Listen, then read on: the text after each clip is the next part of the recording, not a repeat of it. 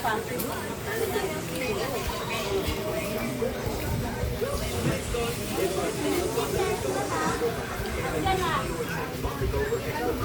umaga mga guys. Ito yata ang ulam ngayon na pinakamura. Dahil ang isda ngayon na pagkamahal mga guys. Ang manok mas mura pa sa isda. Kaya magmanok na lang tayo muna mga guys. At saka baboy ito, mga baboy paninda nila. Huwag na kayo pumunta doon sa Karuatan, dito na mura eh.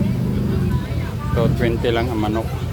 Samantala yung tuna 400, 350 ganyan ang isda.